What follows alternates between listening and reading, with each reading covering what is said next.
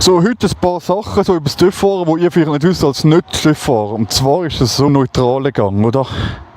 Dann hast du den ersten rein und dann kommt der zweite.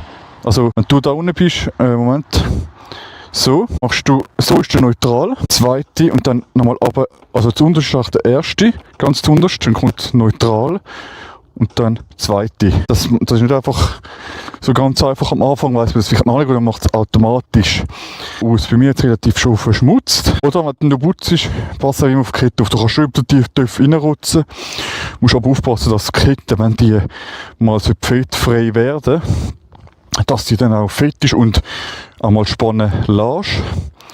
Dann ist natürlich so, wenn du jetzt aus dem Dreck rausfährst, musst du schauen, wenn du dann auf der normalen Straße fährst, musst du ein bisschen im Kopf haben, dass du noch dass du da noch viel Sand und so drauf hast oder Dreck, oder? Wenn du fährst, genauso, wenn du im Regen fährst und denkst, ja, ich kann doch da den langen Kennzeichen haben, das passiert nichts.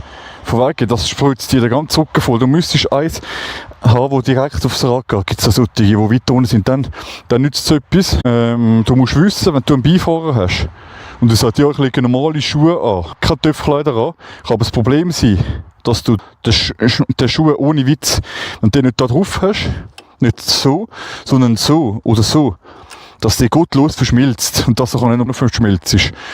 Oder du musst wirklich schauen, es ist alles nicht so einfach.